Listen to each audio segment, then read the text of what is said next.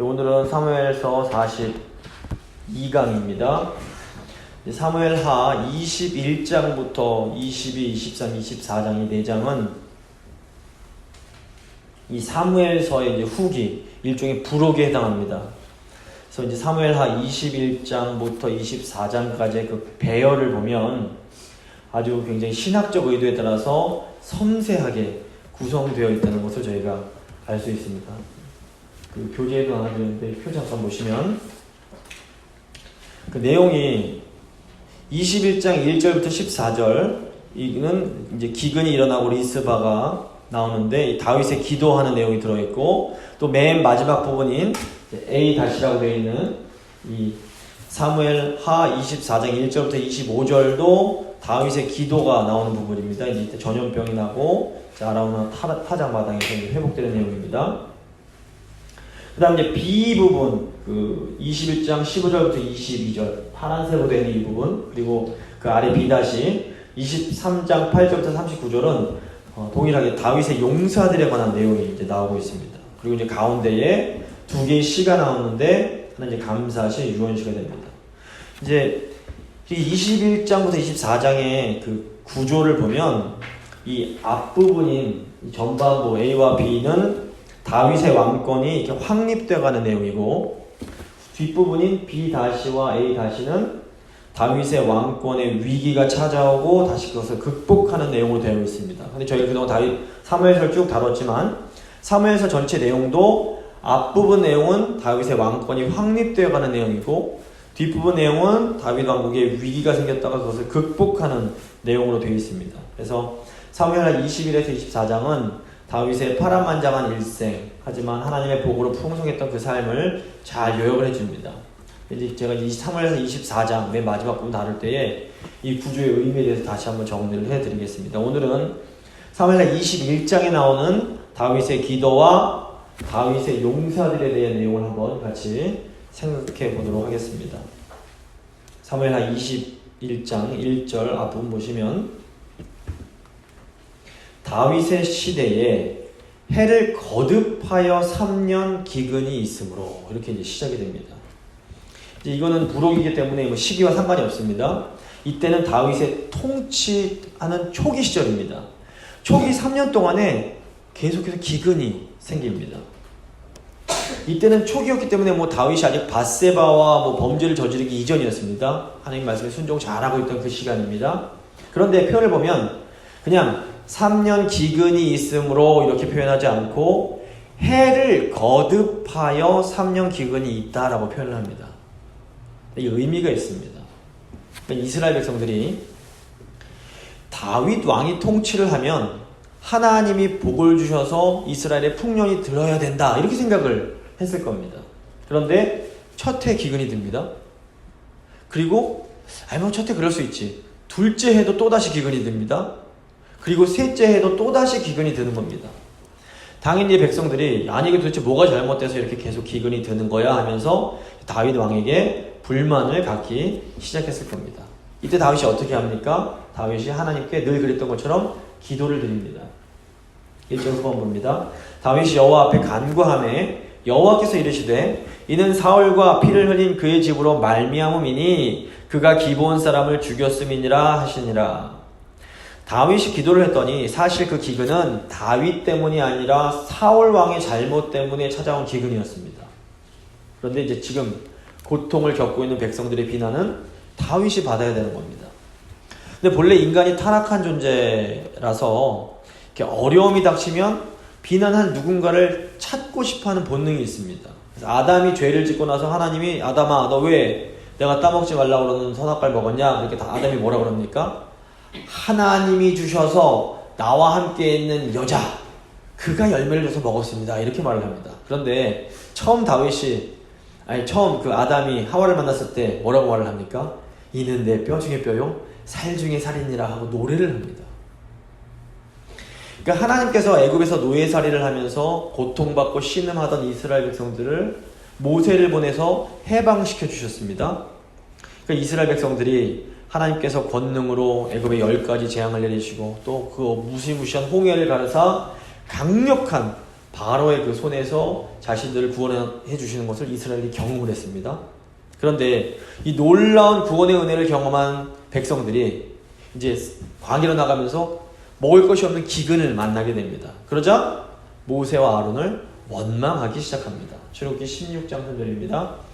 이스라엘 자손이 그들에게 이르되 우리가 애굽 땅에서 고기 가마 곁에 앉아 있던 때와 떡을 배불리 먹던 때에 여호와의 손에 죽었더라면 좋았을 것을 너희가 이 광야로 우리를 인도해내서 이 온 회중이 주려 죽게 하는도다.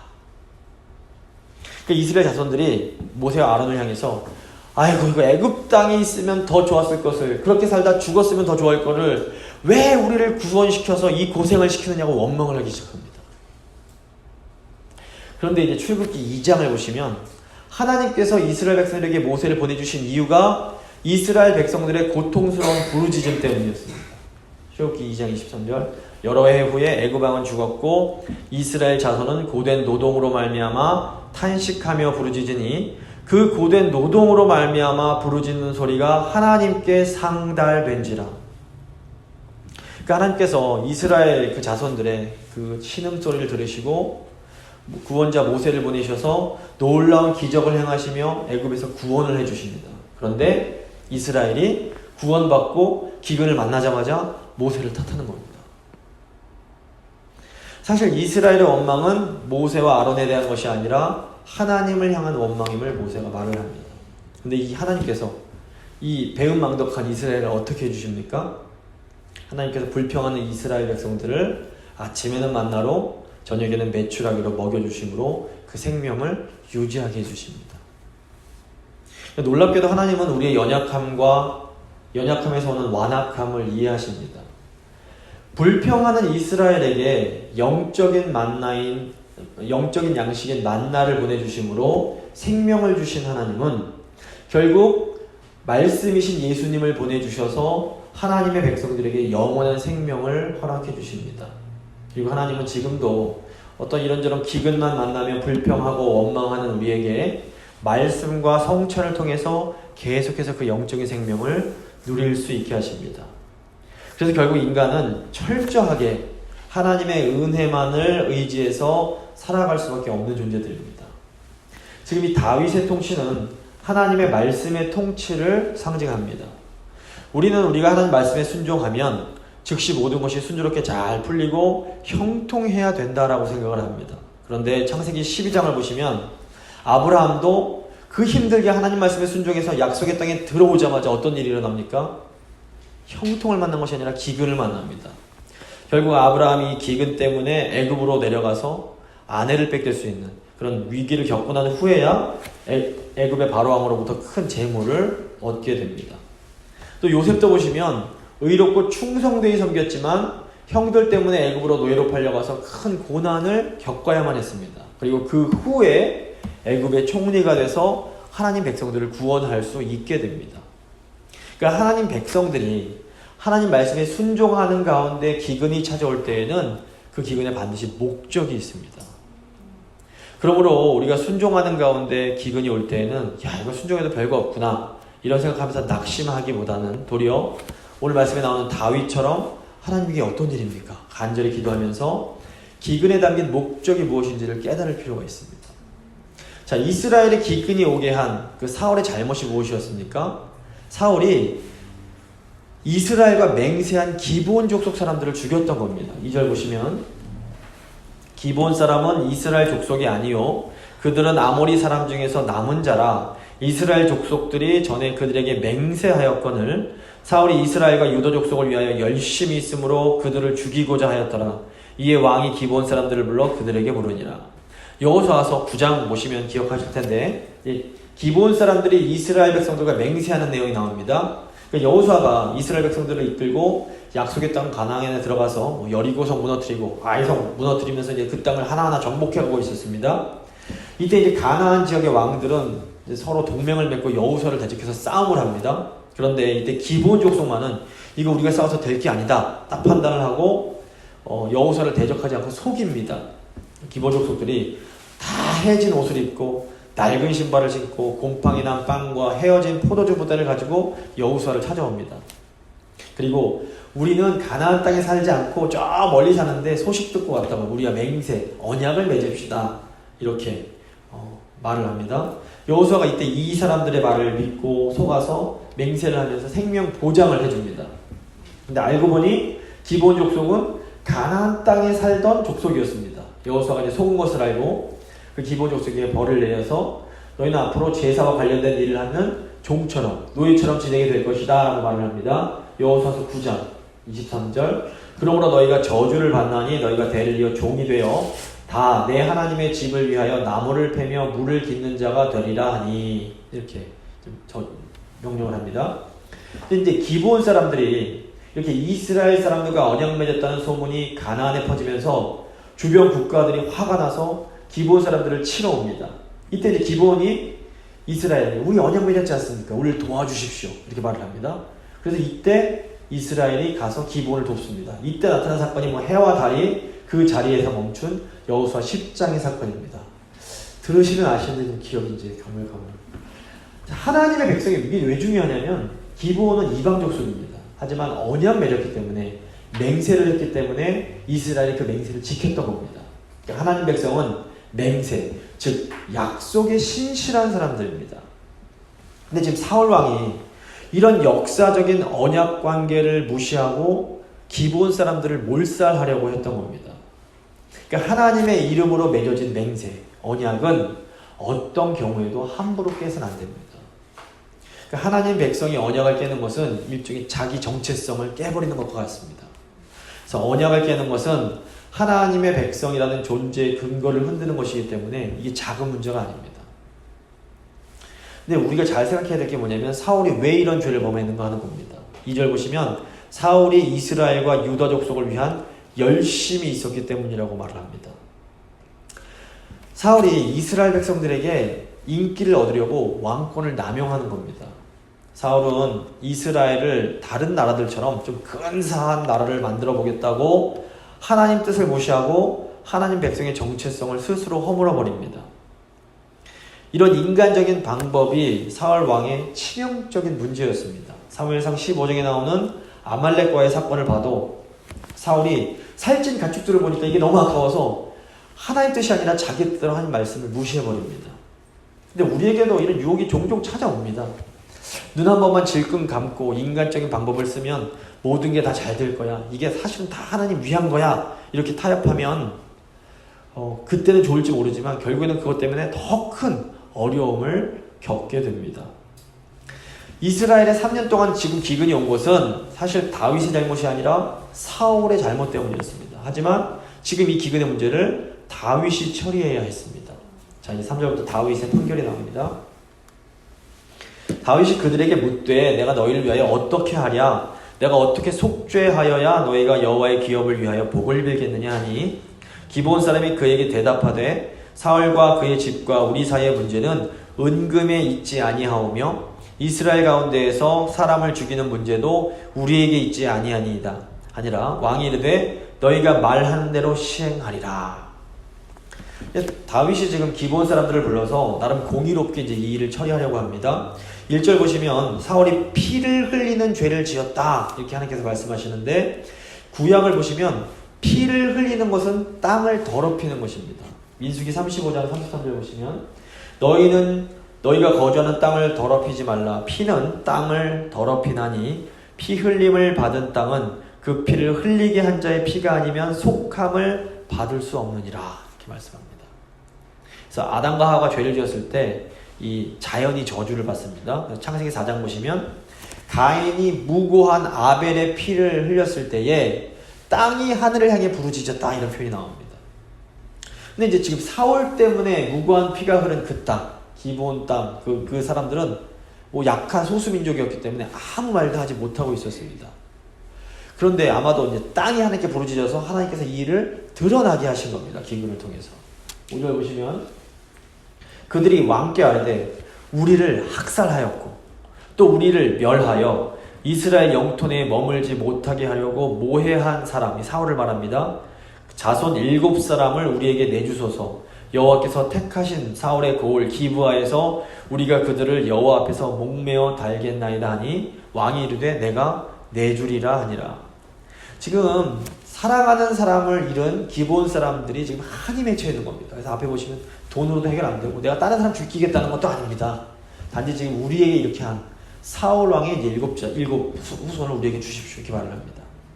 그래서 사울의 남자 후손 7명을 사울의 고향인 기브온에 목매달아서 처형하게 해달라고 요구를 하는데 이제 이게 의미가 있습니다. 우선 7명의 자손을 요구한 것은 뭐냐면 구약 성경의 눈에는 눈, 이에는 이라는 동해복수법에 따른 것이었습니다. 그러니까 잘못한 만큼 돌려주어서 정의를 행하라는 겁니다. 근데 지금 사울은 기브온 사람들 전체를 완전히 멸절하려고 했습니다. 근데 이제 그렇지 않게 된 것 같은데 7명은 완전수로서 상징적으로 완전한 심판을 요구하는 겁니다. 또 기브온 사람들은 사울의 자손들을 사울의 고향인 기브온에 가서 사울의 고향인 기브온에 가서 목매달리겠다고 하는데 이건 뭐냐면 무고하게 피 흘림을 당한 가족들을 위해서 피의 복수를 대행해주는 또 그런 상징적인 의미가 있습니다. 또 지금 여기 이제 목매어 달다라는 히브리어가 호키아라는 단어인데 이 성경에서 딱 2군데밖에 나오지 않기 때문에 정확하게 어떻게 죽이는 건지는 명확치가 않습니다. 그래서 이제 그 영어 성경을 보면 성경마다 목매달아 죽인다, 뭐 성에 매단다 여러 가지 이제 의미가 있는데 한 가지 중요한 건 뭐냐면 어쩌고 매달려서 동물들에게 뜯어먹힘을 당하는 끔찍한 형벌이었다는 겁니다. 근데 이 형벌은 평범한 사람들에게 주는 형벌이 아니라 언약을 깨트린 자에게 내리는 언약의 저주였습니다. 근데 이제 구약 성경, 특별히 이제 선지서를 보시면 에스겔서를 보시면 부모가 잘못했다고 부모의 죄값을 자식이 받으면 안 된다 이렇게 적혀 있습니다. 그런데 다윗이 지금 기브온 사람들의 요청을 허락해 줍니다. 그래서 이 다윗을 부정적으로 보는 학자들은 다윗이 지금 이 사람들의 이를 명분 삼아서 사울 집안의 정적들을 제거하기 위한 거 아니냐 이렇게 보기도 합니다. 그런데 이제 처형하는 과정을 보면 다윗의 행동이 이렇게 불의하고 악독한 것은 아니었음을 알 수가 있습니다.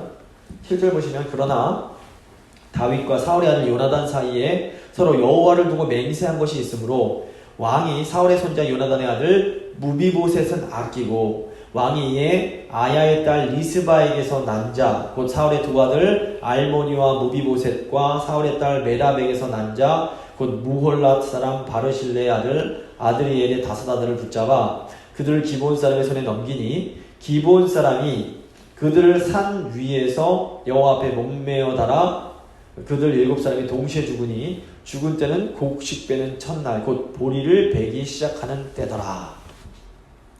우선 다윗은 사울의 손자 무비보셋을 살려줍니다. 만약에 정말로 다윗이 사울의 자신의 정적을 제거하려고 했다면 사울 왕의 직계 후손인 무비보셋부터 죽여야 마땅했습니다. 하지만 다윗은 지금 요나단과의 맹세를 지키고 있습니다.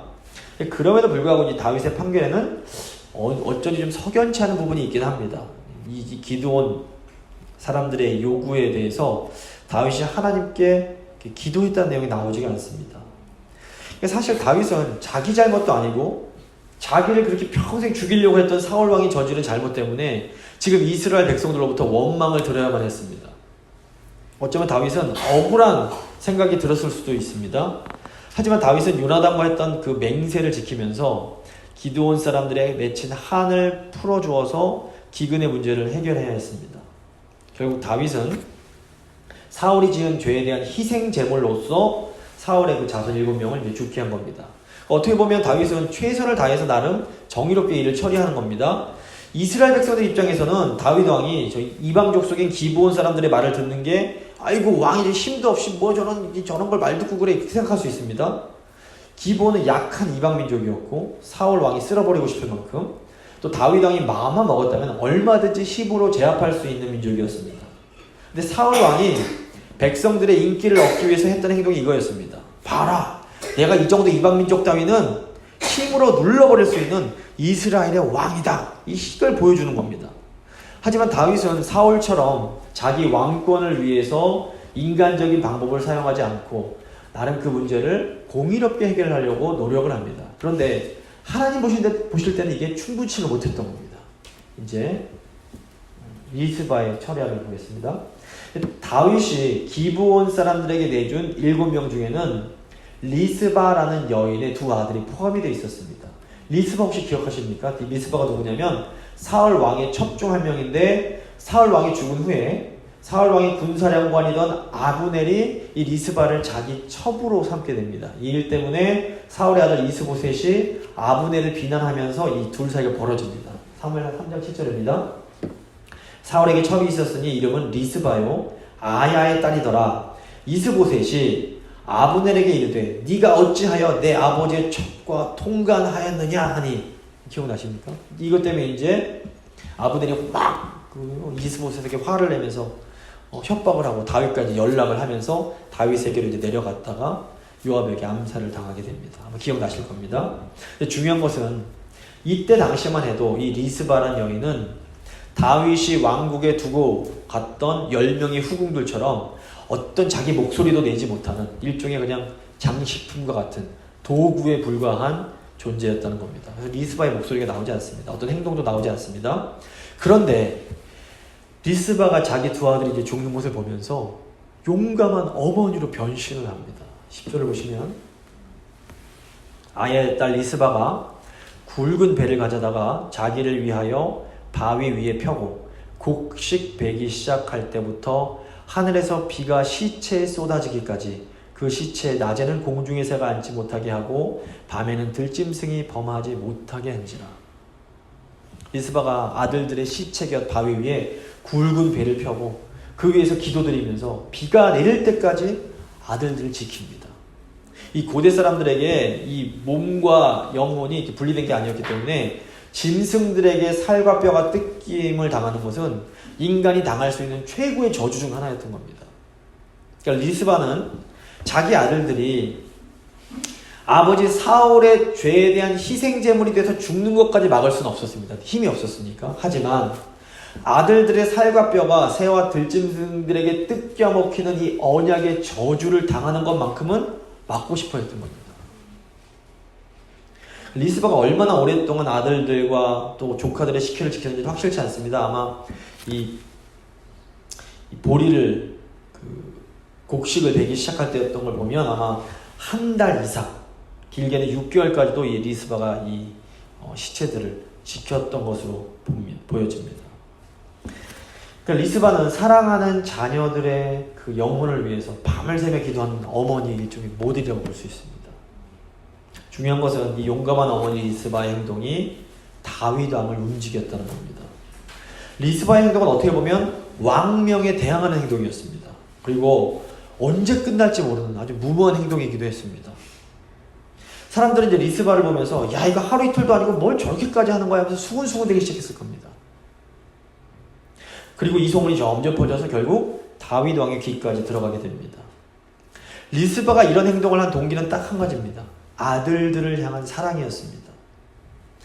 이 아들들이 비록 육신은 죽었어도 하나님의 저주만은 받지 않기를 바라는 그 마음이었던 겁니다. 다윗이 리스바의 이 무모해 보이고 무조건적으로 보이는 이 사랑을 보면서 큰 충격과 감동을 받게 됩니다. 근데 이 리스바의 이 아들들을 향한 이 사랑이 하나님 아버지 우리를 향한 사랑과 너무나 닮아 있습니다. 사실 하나님은 뭐가 아쉬우셔서 우리를 위해서 아들까지 죽이시면서 우리를 구원하려고 하시는 걸까요? 우리가 그 사랑을 이해할 수 없습니다. 그런데 이 무조건적인 사랑이 다윗 왕의 마음을 녹여버립니다. 11절 보시면 이에 아야의 딸 사울의 첩 리스바가 행한 일이 다윗에게 알려지매 다윗이 가서 사울의 뼈와 그의 아들 요나단의 뼈를 길르앗 야베스 사람에게서 가져가니 이는 전에 블레셋 사람들이 사울을 길보아에서 죽여 블레셋 사람들이 벳산 거리에 매단 것을 그들이 가만히 가져온 것이라. 그러니까 리스바의 그 아름다운 행동에 대해서 들은 다윗이 요단강 동편 야베스 사람들이 보관하고 있던 사울과 요나단의 뼈를 가져오게 합니다. 왜 거기 갔는지 아마 기억하실 겁니다. 블레셋 사람들이 죽어서 걸려있는 거를 은혜 입었던 걸 기억하고 야베스 사람들이 가서 목숨 걸고 가서 데리고 가서 자기들이 갖고 있었던 겁니다. 근데 이제 그때까지 사울과 요나단의 뼈는 고향 땅, 자기 아버지의 묘에 붙이지 못하고 저기 요단강 건너 길르앗에 매장되어 있었던 겁니다. 근데 당시의 조상과 이 다윗 당시에는 조상과 같은 묘에 매장되지 못하는 것은 조상으로부터 끊겨져 있는 것을 의미했습니다. 그래서 저기 길조에게로 돌아간다. 조상에게 돌아간다는 게 굉장히 중요한 의미가 있었습니다. 13절 보시면 다윗이 그곳에서 사울의 뼈와 그의 아들 요나단의 뼈를 가지고 올라오매 사람들이 그 달려 죽은 자들의 뼈를 거두어다가 사울과 그의 아들 요나단의 뼈와 함께 베냐민 땅 셀라에서 그의 아버지 기스의 묘에 장사하되 모두 왕의 명령을 따라 행하니라. 그 후에야 하나님이 그 땅을 위한 기도를 들으시니라. 사실 어떤 의미에서 다윗이 이 작은 족속 기드온 사람들의 말을 무시하지 않고 그들의 말을 들어준 것만으로도 다윗은 나름 정의롭게 행한 겁니다. 그런데 하나님은 다윗이 단순히 정의 이상의 은혜를 베풀기를 원하셨습니다. 다윗은 죽은 7명의 사울의 후손들의 그 뼈뿐 아니라 저기 요단강 건너편에 묻혀있는 사울 왕과 요나단의 뼈까지 모아서 조상의 묘에 안치시켜줍니다. 다윗은 살아있을 때는 자기를 죽이려고 했고 또 죽어서까지 백성들로 하여금 원망을 듣게 만든 이 사울 왕과 또 그의 후손들에게 지금 하나님의 은혜인 헤세드를 베풀어 주고 있는 것입니다. 근데 그러자 하나님이 그 기도를 들으시고 그 땅에 비를 내려주십니다. 결국 기근을 끝낸 것은 기브온 족속이 요구한 정의로운 희생 제물이 아니었습니다. 이스라엘의 기근을 끝낸 것은 어머니 리스바의 밤을 새운 사랑의 기도와 또 다윗이 행한 그 넉넉한 은혜의 행동이었습니다. 리스바는 다윗이 하나님이 원하는 것은 희생제물이 아니라 자비, 즉 헤세드임을 깨닫게 해준 여인입니다. 죄사함은 잘못한 사람을 정죄하고 죽임으로써가 아니라 도리어 하나님의 은혜를 넉넉하게 베풀어 줄 때에 이루어지는 것입니다. 훗날 다윗이 시편 40편 6절에서 주께서 내 귀를 통하여 내게 들려주시기를 제사와 예물을 기뻐하지 아니하시며 번제와 속죄제를 요구하지 아니하신다 하신지라 라고 이제 시편에서 고백을 합니다. 많은 성경학자들이 아마도 다윗이 이 기근의 사건을 통해서 배운 경험이 이 시를 쓰게 만들었을 거다라고 이제 얘기들을 합니다. 이제 이 리스바의 얘기를 정리해보면 우리가 하나님 말씀에 순종하는 중에도 우리는 기근을 만날 수 있습니다. 이때 우리에게 필요한 것은 누군가를 비난하며 어떤 희생제물을 만드는 것이 아니라 리스바처럼 우리 자녀들의 영혼을 위해서 간절히 기도하고 다윗처럼 지나치다 싶을 정도의 은혜를 베풀어 주는 겁니다. 그때 비로소 우리의 기근으로부터 우리는 벗어날 수가 있게 됩니다. 자, 이제 15절 보시면 다윗의 용사들에 대한 내용이 나옵니다. 블레셋 사람이 다시 이스라엘을 치거늘 다윗이 그의 부하들과 함께 내려가서 블레셋 사람과 싸우더니 다윗이 피곤하며 이제 또 다른 완전히 다른 이야기입니다. 다윗이 블레셋 사람들과 싸우다가 완전히 지쳐버립니다. 블레셋은 하나님의 백성들을 대적하는 영적인 세력을 상징합니다. 하나님의 사람들도 영적인 싸움을 싸우다가 보면 다윗처럼 심히 지치고 피곤해질 수 있습니다. 이때 하나님께서 조력자들을 보내주십니다. 16절 거인족의 아들 중에 무게가 300세겔 되는 노창을 들고 세 칼을 찬 이스비브노비 다윗을 죽이려 하므로 수르야의 아들 아비새가 다윗을 도와 그 블레셋 사람을 쳐 죽이니 거인족 중 하나인 이스비브노비 다윗을 공격할 때 아비새가 다윗을 도와서 이제 그 거인을 죽입니다.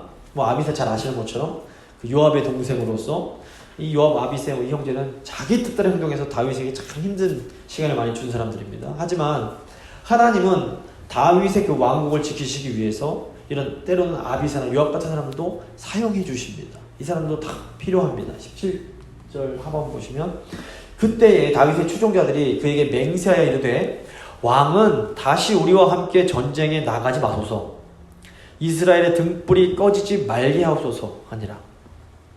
이때 다윗을 따르는 사람들이 왕은 우리와 함께 전쟁에 나가지 마셔서 이스라엘의 등불이 꺼지지 말게 해달라고 이제 부탁을 합니다. 여기서 이스라엘의 등불은 나중에 그 사무엘 열왕기 이렇게 보시면 그 다윗 왕조를 상징합니다. 그러니까 이스라엘 그 사람들, 이스라엘 군인들에게는 다른 것보다 기름 부음 받은 왕인 다윗을 지키는 것이 중요했던 겁니다. 근데 오늘날에도 그 영적 이스라엘인 우리가 지켜야 할 등불이 있습니다. 우리가 지켜야 할 영적 등불이 무엇일까요? 우리가 지켜야 할 등불은 예수님만이 우리의 구원이 되신다라는 믿음입니다. 이게 우리가 절대로 꺼트리면 안 되는 믿음입니다. 영적 싸움이 아무리 중요하다고 해도 예수님에 대한 이 믿음을 잃어버리면 아무런 소용이 없습니다. 영적 싸움 싸우다가 예수님 뭐 믿어봐야 별거 없네 이 생각 때문에 이거는 의미가 없는 겁니다. 열왕기상 18장 보시면 엘리야 선지자가 바알 선지자들 450명과 큰 영적 대결을 벌이고 승리를 거둡니다. 근데 이제 그 다음 장인 열왕기상 19장 보시면 갑자기 큰 전쟁을 치는 엘리야가 확 탈진을 해버립니다. 이때 이제 하나님께서 엘리야에게 야 이게 뭐하고 넌 용서 아니냐? 네가 지금 뭐하고 있는 거냐? 얼른 일어나서 힘내서 싸워라 이렇게 말씀하지 않으십니다. 하나님은 지친 엘리야를 어떻게 하십니까? 재우고 먹이시고 또 재우시고 또 먹이십니다. 그런 후에야 엘리야가 일어나서 40주 40야를 가서 하나님의 산 호렙에 이를 수 있게 됩니다. 그러니까 우리가 하나님 말씀에 순종하면서 열심히 영적인 전쟁을 치르다 보면 어느 순간 너무너무 지칠 때가 찾아옵니다. 이때 하나님께서는 우리를 이렇게 다그치지 않으시고 이 모양 저 모양을 통해서 우리에게 쉼을 허락해 주십니다. 하나님께서 쉬어라 그러실 때는 그냥 쉬면 됩니다. 내가 열심히 일하시는 분들은 내가 이렇게 쉬어도 되나 이런 생각이 드실 수 있는데 그렇게 걱정하실 필요가 없습니다. 열왕기상 19장 7절 8절 보시면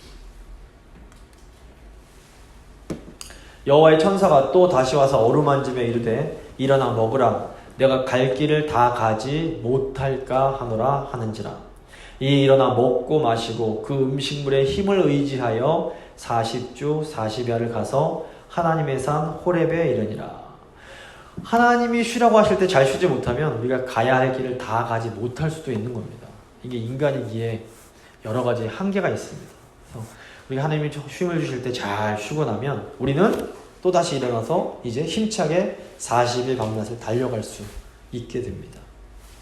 18절에서 20절 보시면 이제 다윗을 도와서 블레셋 거인들을 물리친 사람 3명의 이름이 더 나옵니다.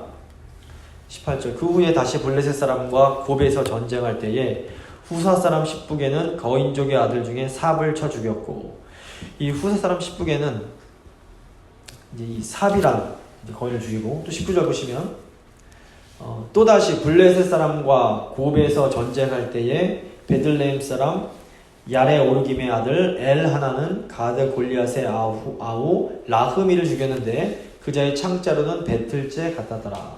이 베들레헴 출신 엘하나 이 사람이 이제 이름의 뜻이 하나님은 은혜로우시다 라는 뜻인데 이 골리앗의 아우 라흐미를 죽였다고 되어 있습니다. 이제 본래 히브리를 보면 골리앗의 아우란 말이 없고 그냥 골리앗을 죽였다라고 되어 있는데 이제 그 역대기를 보면 골리앗의 아우 라흐미를 죽였다라는 내용이 있기 때문에 그 내용을 갖다가 보충을 해준 내용입니다.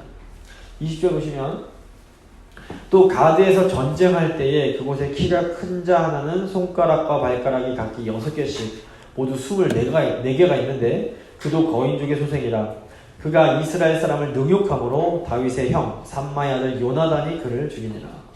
다윗의 조카 요나단이 손가락 발가락이 모두 6개씩 있는 아주 그런 거인을 죽이게 됩니다. 고대 당시 지금도 그렇지만 이런 좀 기형적인 사람들은 그 사람을 굉장히 두렵게 하는 그런 존재였습니다. 근데 이제 20절 보시면 이 4사람 가드 거인족의 소생이 다윗의 손과 그의 부하들의 손에 다 넘어졌더라. 그러니까 하나님께서 허락하신 이 왕국을 든든히 세우면서 나아갈 때에 우리 앞에 맞서 싸워야 할 이런 4사람의 가드 거인족 소생과 같은 영적인 그런 위기라든가 어떤 거인들과 같은 존재들이 나타날 수 있습니다. 근데 이때 하나님은 하나님의 나라를 세우시기 위해서 믿음의 사람들을 사용해 주십니다. 그러니까 우리가 믿음의 선한 싸움을 싸우며 나아갈 때 정말 우리를 두렵게 만드는 정말 이렇게 손가락 6, 막 발가락 6개씩 막 정말 보면 보기 무섭게 만드는 우리를 벌벌 떨게 만드는 그런 거인들이 나타날 수 있습니다. 이때 중요한 게 뭐냐면 과연 우리에게 무엇이 가장 소중한 것인지를 기억하고 그것을 잘 지키는 겁니다. 우리에게 가장 소중한 것은 예수님만이 우리의 구원의 등불이 되신다라는 믿음입니다. 말씀 마무리 짓겠습니다. 말씀에 신실하게 순종하기 위해서 애쓰는 삶에도 기근은 찾아옵니다. 이때 기근을 이기는 방법은 더 많이 사랑하고 더 많이 기도하며 더 많이 은혜를 베푸는 것입니다. 우리가 하나님의 뜻을 행하다가 보면 지칠 때가 있습니다. 이때 하나님께서는 우리를 다그치지 않으시고 우리에게 쉼을 허락해 주십니다. 우리가 하나님 안에서 잘 쉬고 나면 다시 이제 하나님을 위해서 달려갈 수 있게 됩니다. 그러므로 쉼을 잘 쉬어야 됩니다. 또 우리의 싸움은 결코 혼자 싸우는 것이 아닙니다. 하나님께서 필요할 때 반드시 주력자들을 보내주십니다. 기억하면서 하나님, 저희가 기근이 찾아올 때에 더 많이 사랑하고 더 간절히 기도하고 더 넉넉한 은혜를 베푸는 우리가 되기를 원합니다. 한번 간절히 기도하겠습니다.